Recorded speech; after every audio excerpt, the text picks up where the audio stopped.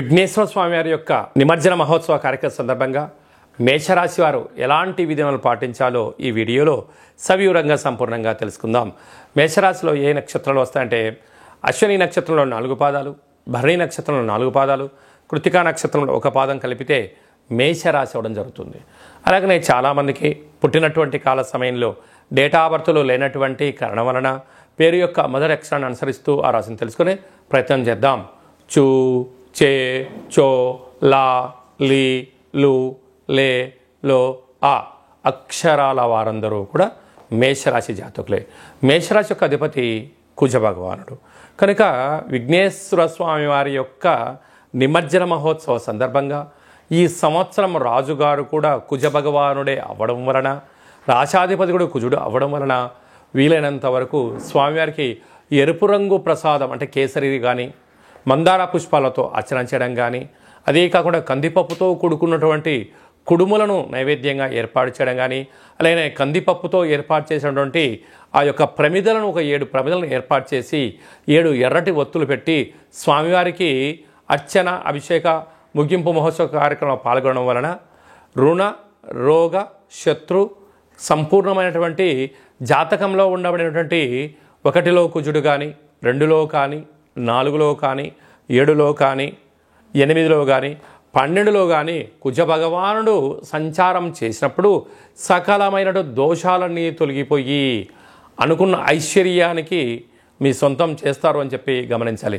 కనుక గణపతి స్వామి దగ్గర వీలైతే నవరాత్రులలో కానీ ముగింపు ఉత్సవ కార్యక్రమాల్లో ఈ కార్యక్రమం ఆచరింపజేసినట్లయితే అద్భుతమైన యోగం మీ సొంతం అవుతుందని చెప్పి గమనించాలి. అలాగే 2వ స్థానంలో గురు సంచార స్థితి శత్రుస్థానంలో ఉన్నాడు కనుక విద్యాపరమైనటువంటి, ఉద్యోగపరమైనటువంటి, ధనపరమైనటువంటి చేర్పులు, మార్పులు కనపడుతున్నాయి. మీరేం కంగారు పడనక్కర్లేదు. తృతీయంలో కుజ భగవానుడు సంచారం చేయడం వలన తల్లిదండ్రులతో, గురువులతో, అన్నదమ్ములతో స్నేహపూర్వకమైన వాతావరణంగా ఏర్పాటు చేసుకోగలిగినట్లయితే రాబోయే కాలమంతా సువర్ణ యుగం అని చెప్పి గమనించాలి. పంచమ స్థానంలో బుద్ధ భగవానుడు సంచారం చేయడం వలన నూతనంగా ఏదైనా చెయ్యాలి అనుకుంటున్న వారందరూ కూడా మీ యొక్క ఆలోచన విధానానికి ఇది చాలా మంచి కాలము అని చెప్పి గమనించాలి. 6వ స్థానంలో రవి, శుక్ర, కేతు సంచార స్థితి ఉండడం వలన దూర, వాయు, జల ప్రయాణాలు చేసేటప్పుడు మీ యొక్క జన్మ నక్షత్రం రోజున, జన్మ తిథి ఎందున, పూర్ణిమ అష్టమి తిథి ఎందున దూరావాయు జల ప్రయాణాలు పెట్టుకోవద్దు. దీనివల్ల రోగ సమస్యలు వెంటాడే పరిస్థితి చాలా అధికంగా ఉంటుంది.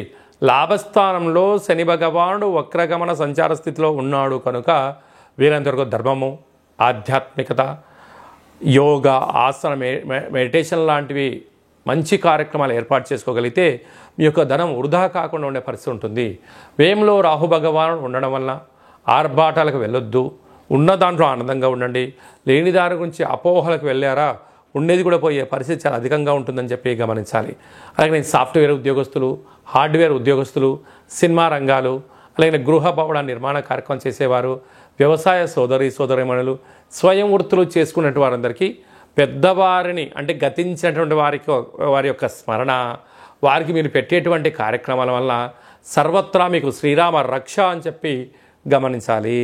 Please subscribe Pragna Media. Please like, share, subscribe to Pragna Media. Pragna Media, please do like, share and subscribe. Please subscribe to Pragna Media. Please like, share and comment if you like the video. Pragna Media.